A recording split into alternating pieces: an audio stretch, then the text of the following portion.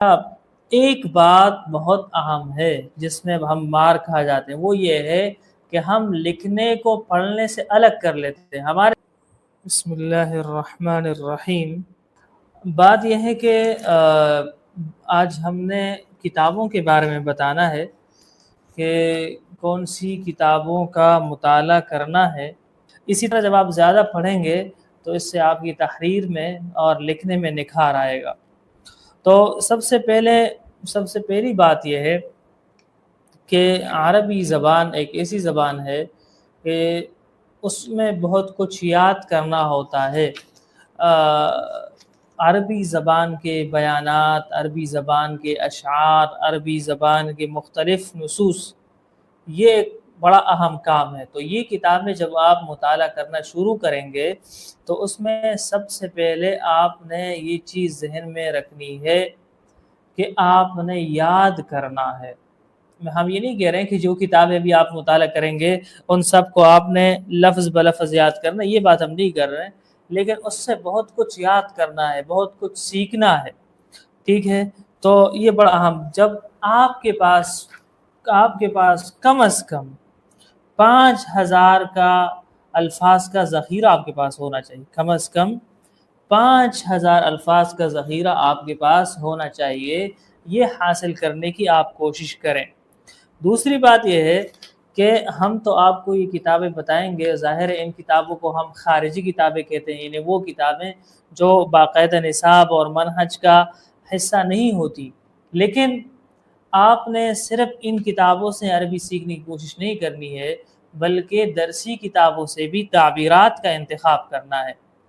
اچھا، ایک بات بہت اہم ہے جس میں ہم مار کھا جاتے ہیں، وہ یہ ہے کہ ہم لکھنے کو پڑھنے سے الگ کر لیتے ہیں اگر یہ اس کا مطلب یہ ہے کہ میں بڑے بڑے مجلات میں پھر لکھنا شروع کروں گا تو ٹھیک ہے اس وقت تک، لیکن مطالعے کے ساتھ ہی لکھنے کا عمل شروع ہونا چاہیے۔ ظاہر ہے آپ مقالہ تو نہیں لکھ سکتے، لیکن جس کتاب کا آپ مطالعہ کر رہے ہیں تو اس سے آپ منتخب الفاظ، منتخب جملے آپ اپنے پاس لکھیں، پہلے دن سے ہی آپ منتخب جملے اپنے پاس لکھیں، ان کو خاص کر جو جیبی سائز کی کاپی ہوتی ہے جو جیب میں رکھی جا سکتی ہے اس میں لکھنی چاہیے، تاکہ آپ فارغ وقت میں جب بھی آپ کو وقت ملے تو وہ کاپی آپ نکالیں، اس میں ان جملوں کو آپ پڑھیں۔ تو یہ کام آپ نے کرنا چاہیے۔ درسی اور غیر درسی دونوں قسم کی کتابوں سے جملوں کا، نئے کلمات اور مفردات کا انتخاب۔ تیسری بات یہ ہے کہ عربی زبان کے مختلف تعبیرات اور فقرے اچھی طرح ان کو سمجھ کر کے یاد کریں۔ آپ جب کتاب پڑھیں گے تو کہیں پر کوئی فقرہ آپ کو پسند آئے گا، کوئی جملہ، 4-5 جملے ایک ساتھ خوشی کے بارے میں، غم کے بارے میں، بہار کے بارے میں، کسی اچھے قصے کو بیان کرتے ہوئے کوئی منظر کشی آپ کو اچھی لگے گی، تو اس قسم کی جو بڑی لمبی لمبی عبارتیں آپ کو اچھی لگیں ان کو یاد کرنا ہے۔ یہ یاد کرنے کے بغیر نہیں ہوگا، یہ بہت اہم بات ہے۔ ہم ایک ترتیب مختصر بتا رہے ہیں، یہ کتاب ہے اور اس کتاب کا نام ہے منتخب تعبیرات۔ منتخب تعبیرات کے مقدمہ میں انہوں نے ایک اچھی ترتیب لکھی ہے، ہم آپ کو وہ بتاتے ہیں، انشاءاللہ آپ کے لیے بڑا فائدہ مند ہوگی یہ ترتیب۔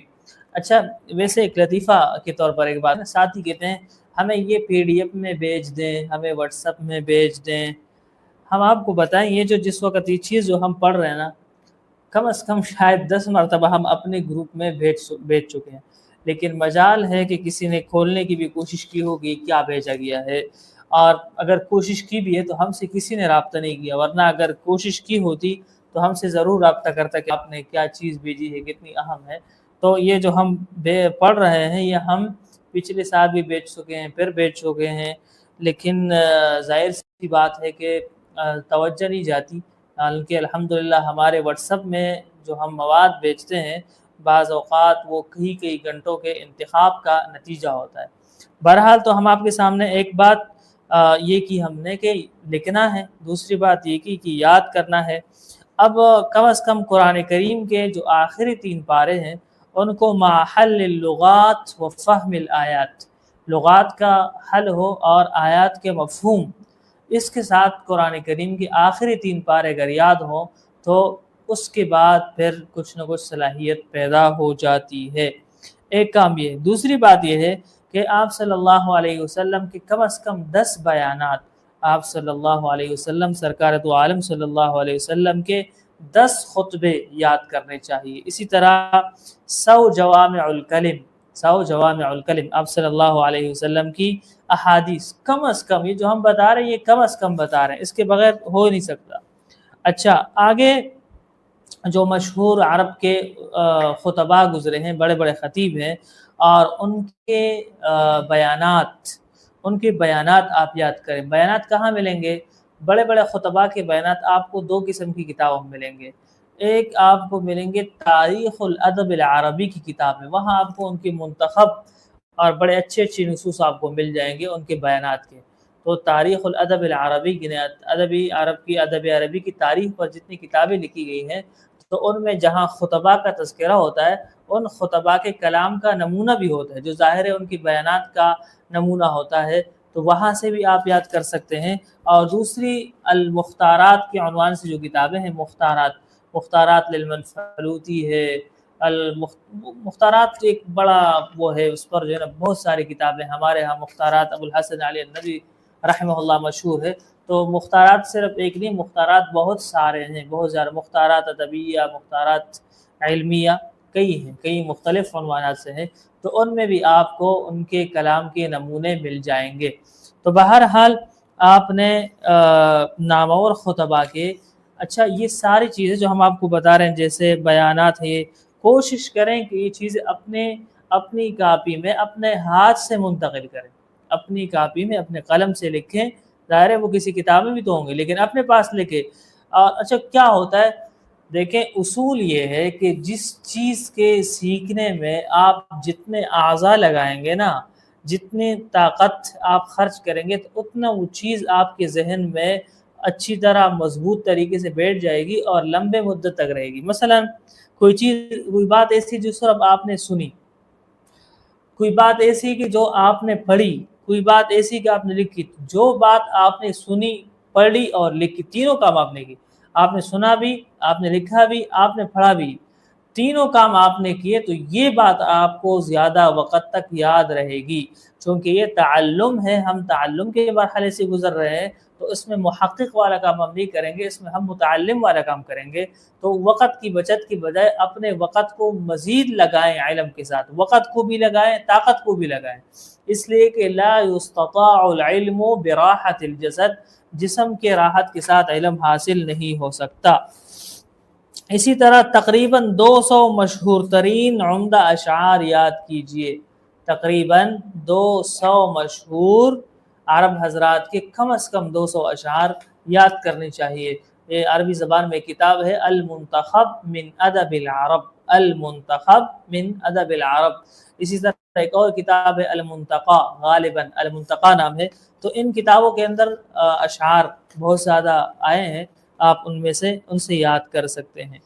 اچھا یہ تو بات ہے۔ دوسری بات یہ ہے کہ آپ اپنے معاشرے میں رہتے ہیں، گھر میں ہیں، مدرسے میں ہیں، یونیورسٹی میں ہیں، کالج میں ہیں، کام کی جگہ پر ہیں، آپ جہاں کہیں بھی ہیں، تو جس چیز کو بھی آپ دیکھیں، چونکہ آپ نے عربی زبان کے سیکھنے کا ایک سفر شروع کیا ہے، تو جس چیز کو بھی آپ دیکھیں تو اپنے ذہن میں سوچیں کہ اس کو عربی میں کیا کہیں گے، یہ جملہ اس نے جو اردو میں یہ جملہ بولا ہے، یہ میں عربی زبان میں کیسے بولوں گا۔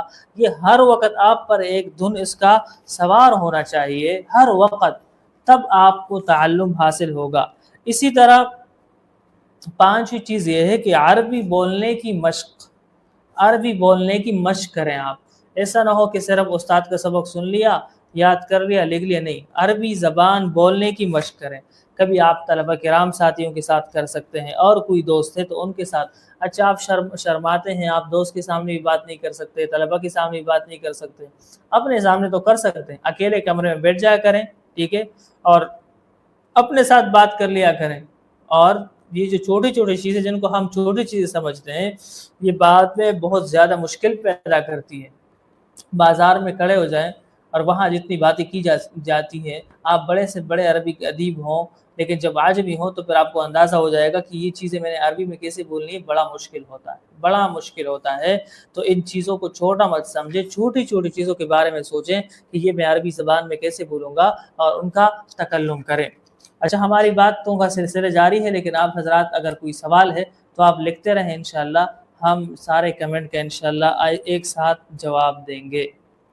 اچھا، چھٹی بات یہ ہے کہ دیکھیں زبان و ادب، عربی زبان کے جو کتابیں پڑھائی جاتی ہے تو طالب علم کے ذہن میں یہ بات ہوتی ہے کہ مقامات کا گھنٹہ ہے، میں اس میں عربی زبان سیکھوں گا، معلم الشاہ کا گھنٹہ ہے، اس میں عربی زبان سیکھوں گا، الطریقۃ العصریہ کا گھنٹہ ہے اس میں، لیکن جو باقی گھنٹے میں اس میں نہیں سیکھوں گا اس لیے کہ وہ عربی کے نہیں۔ اگر آپ نے عربی زبان سیکھنی ہے تو پھر ہر گھنٹے کو عربی زبان کا گھنٹہ سمجھے۔ ہو سکتا ہے استاد بات کرتے کرتے عربی زبان کی کوئی اچھی تعبیر کہہ دے، اسی طرح استاذ پڑھاتے ہوئے یا کتاب میں شرح میں حاشیہ میں، اور عربی شرح کی بات کر رہا ہوں، کتاب کی عربی شرح میں، اسی طرح کتاب کی حاشیہ میں، متن میں کوئی نہ کوئی اچھا جملہ جو آپ اس کو لے سکتے ہیں، بول چال میں استعمال کر سکتے ہیں، تحریر میں استعمال کر سکتے ہیں، تو اس کو لینے سے بالکل گریز نہ کریں، اپنے پاس محفوظ کریں۔ تو درسی کتابوں سے بھی آپ عربی زبان ضرور بضرور سیکھیں، یہ کام اہم ہے۔ اچھا، ایک ساتویں نمبر پر جو بات ہے یہ بہت زیادہ اہم ہے، وہ یہ ہے کہ ہم بعض اوقات کرتے کیا ہے کہ جب کسی چیز کا ترجمہ ہمیں آ جاتا ہے نا کہ اردو میں یہ ہے، عربی میں اس کا ترجمہ یہ ہوگا، تو ہم سمجھتے ہیں کہ یہ چیز ہمیں آتی ہے، یہ کافی نہیں ہے۔ آپ نے مثلا اردو کا ایک جملہ ہے اور اس کا عربی ترجمہ آپ کو آ رہا ہے، نہیں، یہ ترجمہ جو میں کر رہا ہوں کیا یہ اس اسلوب کے مطابق ہے جو عرب بولتے ہیں، کیا یہ اعلیٰ اسلوب کلام العرب ہے یا نہیں، کلام عرب کی اسلوب پر ہے کہ نہیں، یہ بڑی اہم بات ہے۔ ہم ایک بڑی مجلس میں تھے، وہاں پر کچھ عرب اساتذہ کرام بھی بیٹھے ہوئے تھے، تو وہاں پر ایک عرب استاد نے بڑی زبردست بات کی، انہوں نے فرمایا کہ دیکھیں اپنے طلباء کو شروع ہی دن سے عربی سکھایا کریں۔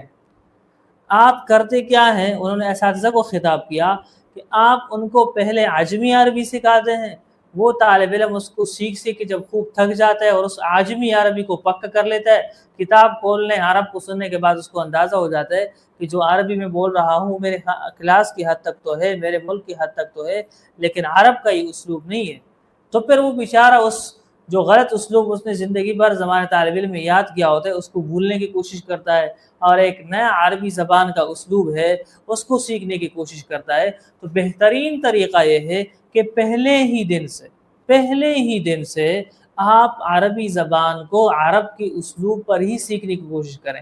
اور اس کا طریقہ کیا ہے؟ اس کا طریقہ یہ ہے کہ ایک ایک چیز کو اردو سے عربی میں ترجمہ کرنے کے بجائے بہت زیادہ عربی زبان کو سنیں، اور عربی کو اردو میں اگر آپ فہم کی حد تک منتقل کرتے تو یہ نقصان دہ نہیں ہوگا، لیکن یہ جو اردو سے ہم عربی میں جاتے ہیں تو پھر وہی لطیفے بنتے ہیں۔ وہ ایک ساتھی کہنے لگے انا بین ستۃ و خمسۃ، انا بین ستۃ و خمسۃ، اب ترجمہ یہ ہوگا کہ میں 4 اور 5 کے درمیان ہوں۔ بندہ پریشان ہو جاتا ہے، بھائی 4، پتہ چلے کہ وہ کہہ رہے میں 6 و 5 میں ہوں، یعنی میں حیران ہوں، تو کہہ رہے انا بین ستۃ و خمسۃ۔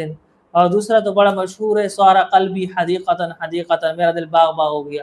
اب عرب تو یہ نہیں بولتے کہ سوار قلبی حدیقتاً حدیقتاً، وہ بولتے ہیں ابتہج قلبی، یا جو کل ہم نے بتایا تھا ویڈیو میں کہ رقص قلبی طربا، تو رقص قلبی طربا کا مطلب یہ ہے کہ میرا دل باغ باغ ہو گیا۔ تو یہ چیز ہے، اس پر بہت زیادہ توجہ دینی چاہیے۔ 8ویں نمبر پر بات یہ ہے کہ دیکھیں آپ نے بعض افعال کو دیکھا ہوگا ان کے بعد حروف آتے ہیں، حروف جار آتے ہیں اور بھی صلات آتے ہیں، اس کا کوئی قانون نہیں ہے، اس کا کوئی قانون نہیں ہے کہ ہم آپ کو بتائیں کہ آپ یہ قاعدہ پڑھیں اس فعل کے بعد یہ صل آئے گا۔ اس کا ایک ہی طریقہ ہے کہ کثرت مطالعہ، آپ کلام عرب کا کثرت سے مطالعہ کریں، اس کے بعد آپ کو پتہ چلے گا کہ اس کا صلہ کیا ہے۔ یہ بڑی اہم بات ہے، اس میں بہت سارے لوگ غلطی کرتے ہیں۔ مثلا میں نے آپ سے پوچھا تو کیا کہتے ہیں؟ سألت منک، سألت منک، اب سألت منک تو صحیح نہیں، تو غلط ہے، عربی تو نہیں بولتے سألت منک۔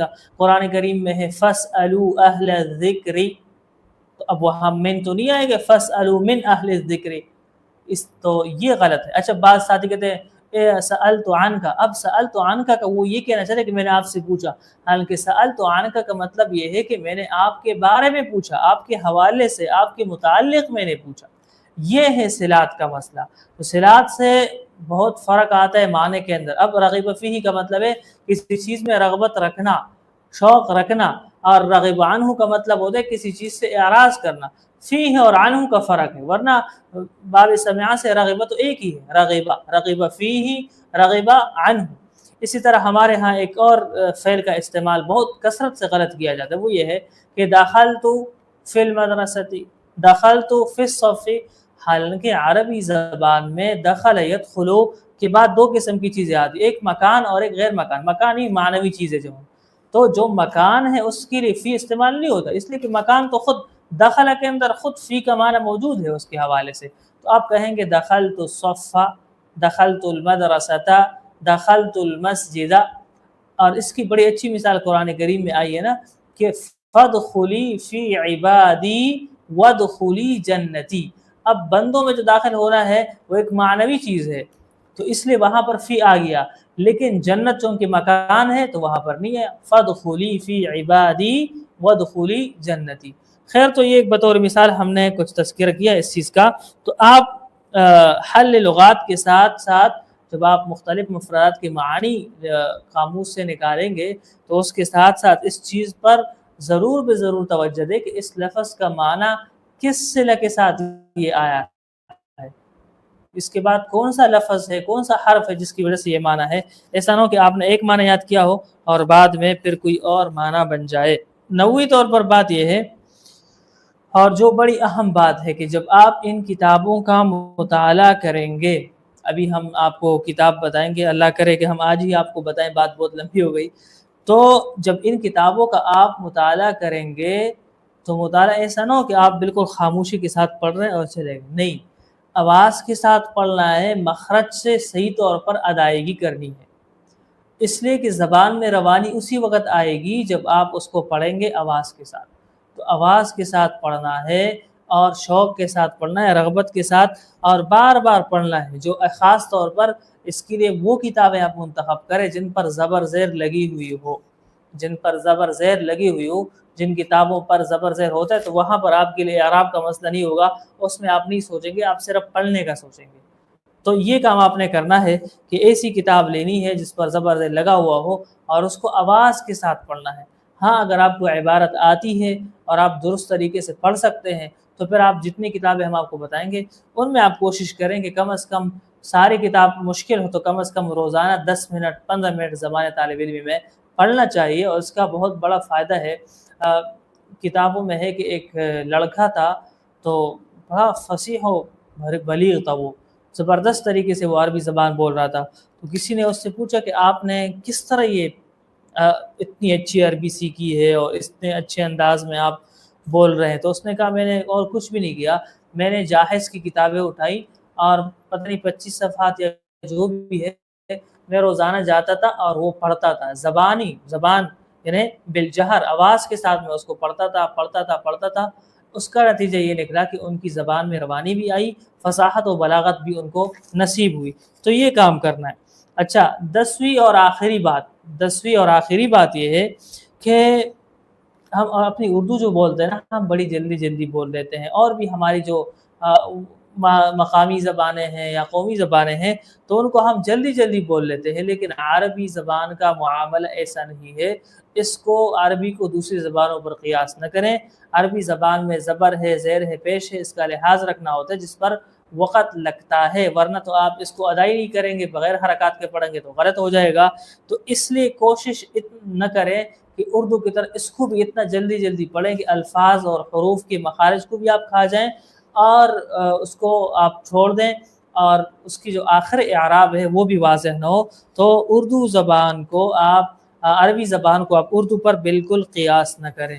تو یہ 10 باتیں ہم نے آپ کے سامنے ذکر کی ہیں، امید ہے کہ یہ آپ کو بڑی اچھی لگی ہوگی، اور اس پر انشاءاللہ جب آپ کتابوں کا مطالعہ کریں گے تو آپ ان باتوں پر توجہ دیں گے۔